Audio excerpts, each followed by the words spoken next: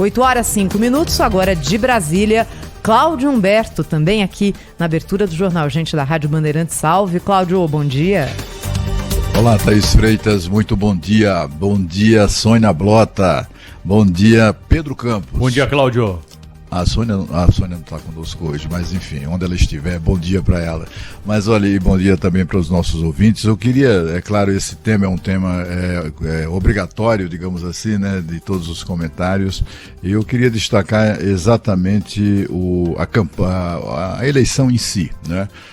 Foi uma eleição que confirmou os mandatos dos dois presidentes, da Câmara e do Senado, mas em situações completamente diferentes, né? A gente assistiu no Senado Federal, por exemplo, uma vitória importante de Rodrigo Pacheco. Ele teve 8 votos além do necessário, mas ele teve 9 votos a menos do que se esperava. O Palácio Planalto contava o tempo todo com a repetição do placar que elegeu o Rodrigo Pacheco 2 anos antes. Aquele placar que lhe deu 57 votos dos 81 senadores. Esperava-se a mesma coisa ontem, mas houve uma deterioração, digamos assim, dessas chances de reeleição de Rodrigo Pacheco, sobretudo ontem durante o dia. Foi um pandemônio no governo e no garantir reverter votos, inclusive.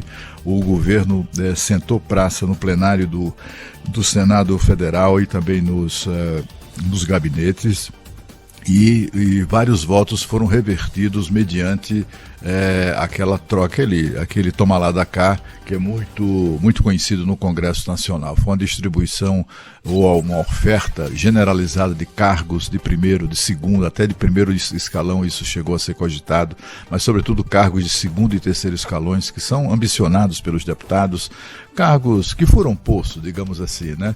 E foram oferecidos e distribuídos a senadores de todos os partidos, mas principalmente dos partidos que apoiavam Rogério Marinho, e aí não teve jeito. Se as chances do Rogério Marinho já não eram muito claras, embora fortes, com isso, então, o governo conseguiu segurar a queda, digamos, das chances de reeleição de Rodrigo Pacheco, que acabou se confirmando, mas ele saiu muito enfraquecido dessa disputa, apesar do resultado da urna, mas ele saiu enfraquecido, porque ele saiu dependente, digamos assim, devedor das gentilezas e do empenho do Palácio do Planalto para a sua reeleição.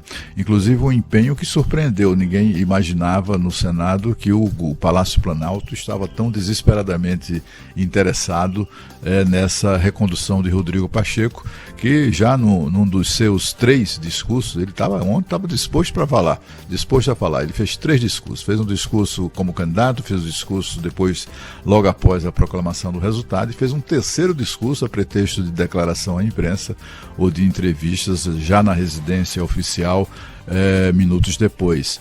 Aliás, esse terceiro discurso é o que ele queria fazer mesmo, né? Dando recados, mandando recados, respostas aos críticos nas redes sociais, etc. e tal.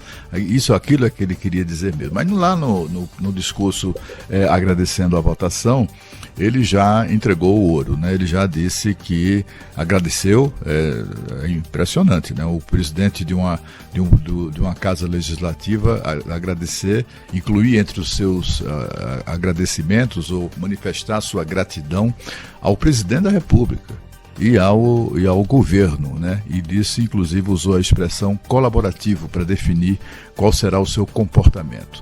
Ele contou muitas lorotas, etc. e tal, mas depois a gente se ocupa de falar, inclusive com relação a propostas de mandato para ministro do Supremo e coisas dessa natureza, quando a gente sabe que há na gaveta de Rodrigo Pacheco inúmeros projetos e propostas que ele nunca deixou prosperar, exatamente tratando do Supremo Tribunal Federal.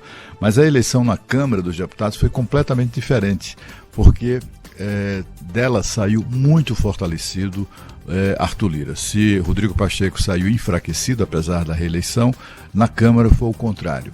O que o Arthur Lira demonstrou de maneira cabal é que o apoio do governo não lhe tirou votos, muito pelo contrário, né, acrescentou votos, mas ele não precisava, a rigor, desse apoio para ser reconduzido à presidência da Câmara. Ele fez um discurso bastante vigoroso, né, um discurso forte, um discurso cuja sonora que a Thaís nos trouxe. A Thaís fez um excelente resumo do que aconteceu ontem, tanto na Câmara quanto no Senado, né? Mas o discurso de Arthur Lira calou fundo, né? Um discurso em que ele se dirige claramente ao Supremo Tribunal Federal sobre a interferência do Supremo em decisões que são discutidas e amadurecidas no Poder Legislativo. Essa escalada autoritária do Supremo Tribunal Federal preocupa claramente e não só a escalada autoritária, mas também o avanço, né? Avançando ali os limites constitucionais das suas atribuições, interferindo no Poder Legislativo, quando ele pregou ou defendeu cada um no seu quadrado, né? Agindo e atuando de maneira harmônica, mas respeitando os limites constitucionais de cada poder. Foi um dia memorável ontem. Acho que foi um dia que poderia ter sido melhor, não fossem os discursos, lamentavelmente, né? Talvez inevitáveis, mas é lamentável que a abertura do ano judiciário, sobre a qual se ocupará o nosso Pedro Campos, vai falar sobre isso. A gente viu uma carga política, né, muito forte nos discursos também no âmbito da justiça. Enfim, mas o dia ontem foi mesmo o dia da política, o triunfo da política.